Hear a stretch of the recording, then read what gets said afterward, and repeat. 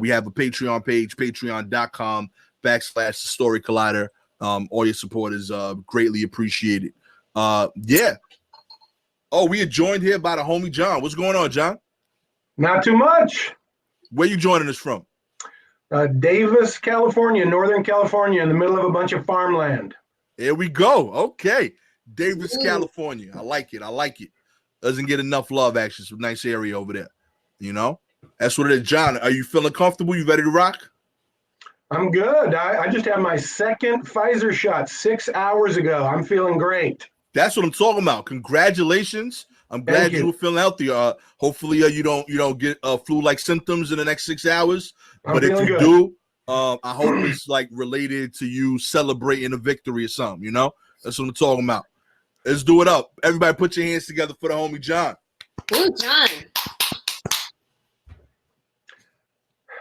The hour-long drive was silent, tense. I was angry. I was heartbroken. I was lost.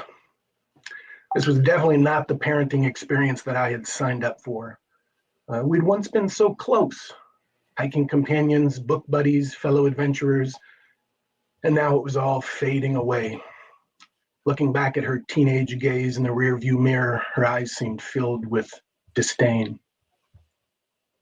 Now, I'd always liked kids, but I wasn't remotely prepared for the depth of love, heartache, and emotional investment that I would come to experience as a first-time father.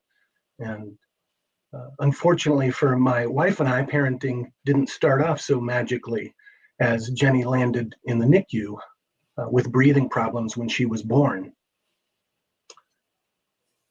Now, NICU, the neonatal intensive care unit, we were incredibly thankful for the wonders of modern medical science, but the whole experience was incredibly stressful and emotionally draining. On the second night, sensing that my rock star wife, Nancy, was nearing complete exhaustion, I urged her to get some rest and promised to go to the hospital for the scheduled 3 a.m. feeding, because that's how they roll in the NICU. They're all about schedules. And as I walked in the doors, the friendly nurses looked at me quizzically and asked why I was there. "I'm here to take care of my little girl," I said with my newfound sense of paternal pride and responsibility. Sitting there in that sterile room, holding her, giving her a bottle, gazing at her beautiful little face, all worry melted away. We were the only two souls in the universe. Thankfully, she made a complete recovery. I poured myself into fatherhood, taking her on hikes, reading her book after book, singing her songs at bedtime every night. When she was about 6, I started to tell these elaborate serialized bedtime stories about an adventurous little chihuahua named Minty. Just when I thought I couldn't come up with another installment, she'd plead, "Daddy, please, just one more." I adored that little girl, and she adored me. But alas, little girls grow up, they become independent, and they need to distance themselves from their parents. My wife dealt with this so much better than I did. She was just better at letting her grow up. For me, it was death by 1,000 cuts.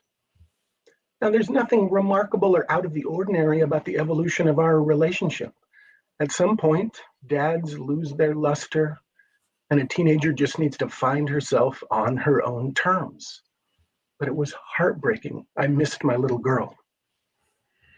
So that was the emotional landscape of our relationship when I looked back at my 13-year-old's eyes in the mirror that morning.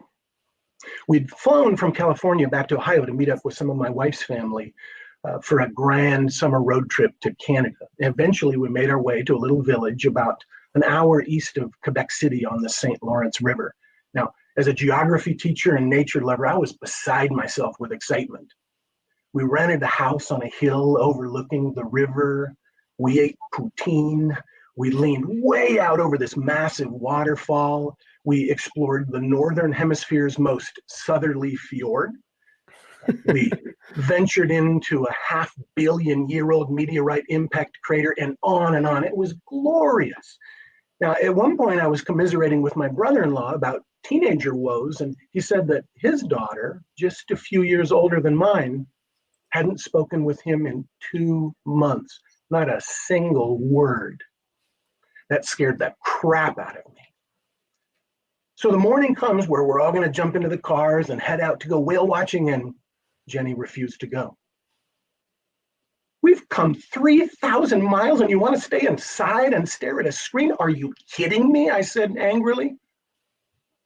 Are you trying to ruin everyone's vacation? I threw in just for good measure. Now, fortunately, before I could make things even worse, my wife jumped in, talked with her, and convinced her to come. But my heart was heavy. So at the end of the aforementioned hour-long drive with my sullen teenager in the back, we arrived at a little village that sits roughly where the St. Lawrence River begins to open up into the Atlantic. And we opted for a Zodiac, which puts you right down next to the water, but where you have to suit up in foul weather gear to stay warm and dry. So 7 of us, kids and adults, climbed aboard and headed out for adventure. And it was amazing. Magical. We'd see whales in the distance through the mist, then a large pod of belugas just 100 yards away. Then, not 10 feet off the port side of the Zodiac, I see this large ring of bubbles begin to emerge from the depths. My heart starts to race. I can barely speak, and finally I say, "Look, look, look!" And just then a massive humpback whale with her gaping maw spread wide rises from the sea, scooping up thousands of krill before slowly turning onto her side and disappearing into the blue-black. It was unbelievable, an intense, deeply affecting experience. I looked back to see everyone's reactions, and my eyes paused on Jenny, her face peering out of the tightly drawn hood of her parka. I don't know how, and I don't know why, but in that moment, I was instantly catapulted a decade into the past. Against all logic and reason, I was looking at the face of my precious little 3-year-old, beaming with wonder and pure delight. And as I gazed at her face, I was completely overcome with emotion, a paralyzing mix of fear, joy, bewilderment, and love. I was having an utterly terrifying and exquisitely beautiful break from reality. There she was, my little girl. I turned away and wept into the sea, realizing that she'd been with me all along. Thank you. Well done, John. Well done. Yeah. Before we get to your story, even though it's a formality, Kim, if you can, pick out the name of the hat. This should be the only one left. The hat says Joanna is next. That's right. Joanna, you will be wrapping up the show. You'll be coming up next. John, this was truly beautiful, man. I loved a lot of the imagery you did here. The thing I really enjoyed about the story is that in terms of storytelling, like I'm a big proponent in the fact that you should be the main character in a story you tell. And this is a story that like really highlights that for me, because this would feel so different if we heard it from some of the other perspectives, of the characters and how they lived it and how they felt it. I think they would have been equally, vivid and important to hear. But hearing it from you and from your perspective gives us that complete point of view, honestly. And I thought you did that incredibly well here. Matthew, what'd you think? Well, I got a 12-year-old daughter, John, so I really didn't like your story very much. didn't give me a lot of hope, I have to be honest with you. Yeah, I was trying to avoid that, Matthew. I'm in the same boat, bro. I was like, hey, listen, man, I ain't crying out on of the me, show. John. There's hope. There's hope. All right. Well, one of the things I loved about that story was about the first minute of the story. You used cognitive dissonance really wonderfully. I wasn't quite sure where I was or who we were talking about, but you gave me just enough to get me wondering and guessing about the next sentence. I thought you handled the opening of that story really, really well. Drew me right in. Thank you. Yeah, really, really dope. Kimberly, how about you? Yeah, I like the merging of you took us through the journey of becoming a father and then the strife that eventually came about at the older age. And then I see you in this, nature heaven, paradise that and like nerding out completely.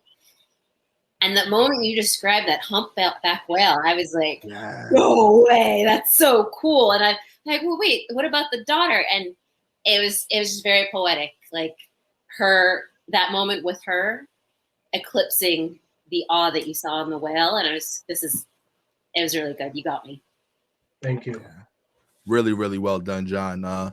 Nice gift you could show your daughter one day too, with the recording of this. So well done. One more time for the homie John. Yeah.